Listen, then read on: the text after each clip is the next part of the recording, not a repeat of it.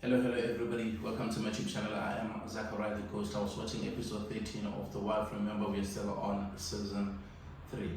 Now, they started the episode the right way. We saw the traditional healer cleansing the Zulu house. He also mentioned that the Zulu brothers forgave Mandisa for the atrocity she committed. Remember, on the previous episode, she decided to take her own life after she realized that she accidentally shot her only son, Ndumiso. Now, that's how we do things as Africans. That's when you see a traditional healer coming, to the house, talking, making sure that he makes things easier for the entire family, simply because of if they don't do that, someone in the family might do the same act. Someone in the family might, take their life the same way Mandisa, took her life. They do that to prevent, other family members, to commit suicide. And we also see, in most cases, you will see, people with tree branches when they are talking, and they'll be moving that tree branch, and it's known in an African way that in that way you are taking the spirit of that person, so that that person's spirit won't haunt the living, won't haunt people who will be around that space. We see it happening all the time, even on our roads. If someone was killed on our road,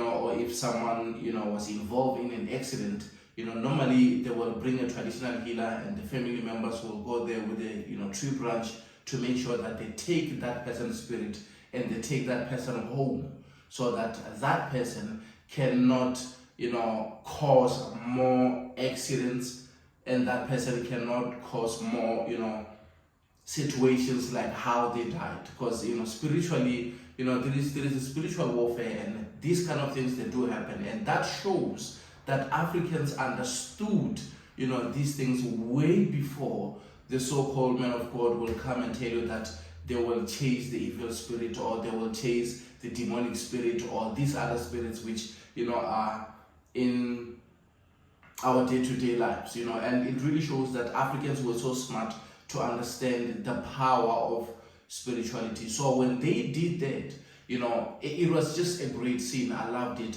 And on the other side, we have seen Tsidi's father also going to visit a traditional healer, and he was asking about the future. He wanted to know, why is he having these strange dreams? He has all these nightmares, and he cannot find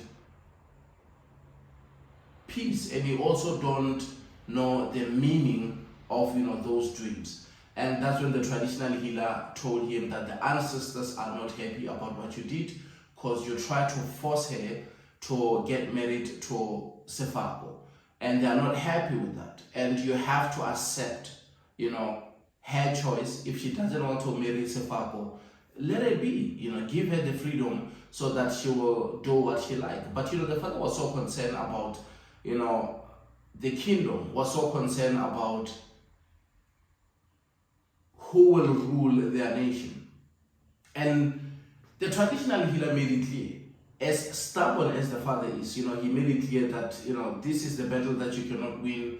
And as we speak right now, you are becoming, you're becoming disrespectful to the ancestors, and which is not the right thing, because right now they have turned their backs against you. Like, they are not watching you, they are not protecting you, they are not by your side, simply because of these things that you keep on doing to your daughter.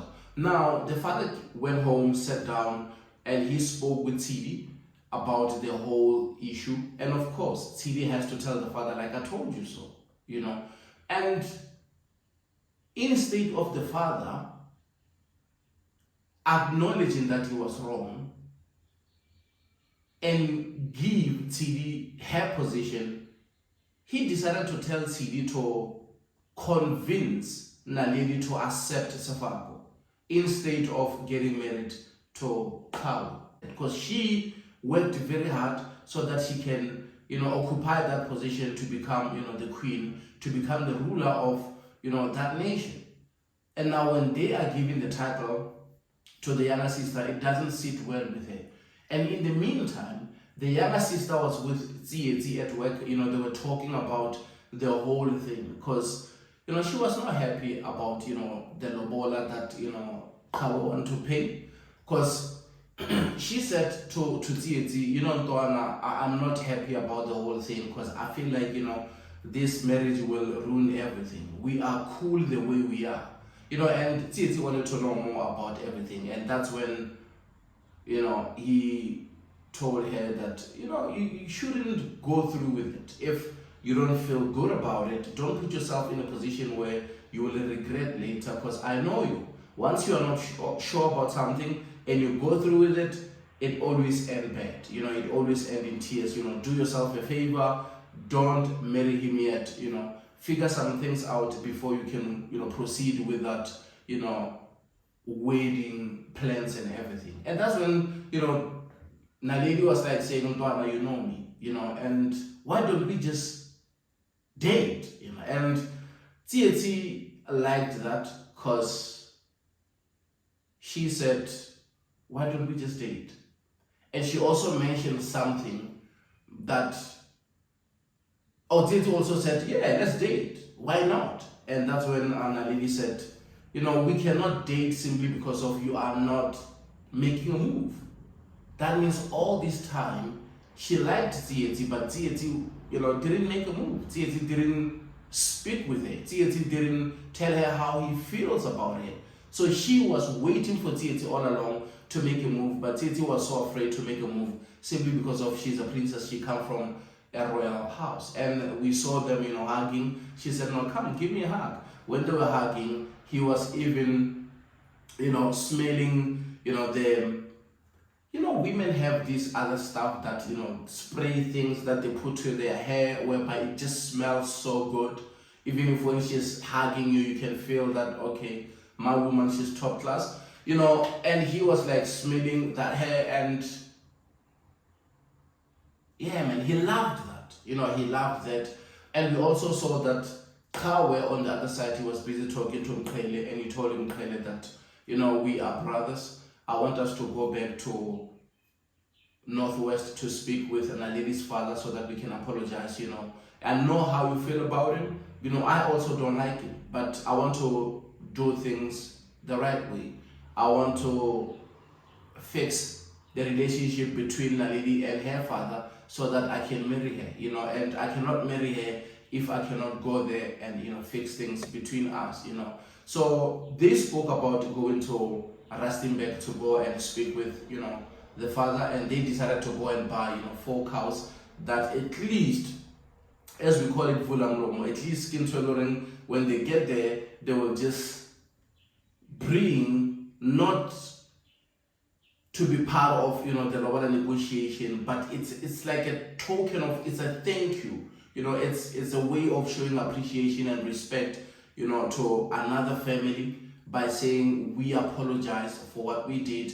We know the last time when we were here, we didn't do things the right way. And with these cows, we just asking for forgiveness, and we want to start all over again so that we can start things, the right way. And I like that because they are not going there empty-handed. And the conversation between qhawe and Mqele was great because, qhawe told Mqele that, I want you, my brother, to go with me. I need you, because our brother Ngoba is dead. And also our brother Nkosana is not with us here, he's in Mauritius. So you are, the eldest brother, and that's why I'm asking you to go with me so that we can go and speak with, the Tswanas. And that was a great move. I liked, that scene. And also we have seen, the Zulu brothers talking about Ngoba, and they also went to the tavern so that they can go and fix things there. And when they were there at the tavern, people were still, enjoying themselves, because the tavern is operating again, and Mqoqi was the one who is in charge, and he also spoke with Sambulu and Kuli that the place is no longer the same, the business doesn't boom like the way it was before, and he's thinking about closing the place because without Ngoba, Ngoba's tavern is no longer the same. And also remember Mandisa, she used to run the tavern and she also died. Like now it brings those bad memories. And that's when he went outside to tell people that I have an announcement. It's not a good one, but we are shutting down the tavern since that this is Ngoba's tavern. And while he was giving them that, there was this other gentleman who stood up and he said, what he's saying is right, but I think for the memory of the legend in Ngoba, we should drink and we should have fun, and I will buy drinks for everyone. And he also said he will buy he will buy all the alcohol which is in the tavern so that everybody can partake. And later on, he got wasted, and he blocked out, and when they went there to remove him from, the table because they have to close the tavern, that's when qhawe saw that he had a small black bag, and inside, that bag, there was diamonds. That means the guy is a diamond dealer. And that's when we have seen them, start having, these ideas, maybe they might go to the diamond space, because on the, previous scene, we have seen the Zulu brothers talking about, Ngoba's death must be the last, and they must find another business, and they are even willing to, shut down the CITs. They don't want to do that job anymore because it's dangerous, Mkhele was telling them that. And we have seen when Mkhulu was like saying, but we all didn't go to school, and how are we going to make money? And Mkhulu came with the idea, and he said to Mkhulu, you always wanted to be involved in the family business, and this is the right time for you to show us what you are made of. Come with an idea and we will support you. Now that means once they see those diamonds, that might be another business for them. And that might be a great move for them to even go to Northwest to make sure that they marry, that's smart, they marry Naledi so that they can have that power, they can have that access of the royal house. And once they are there and they are married, to the queen or the princess, it makes things easy for them to get into mines, because we know that, that side of Northwest is the mine industry. And I appreciate you guys showing me love and support. I wanted to speak about episode 13. Thank you.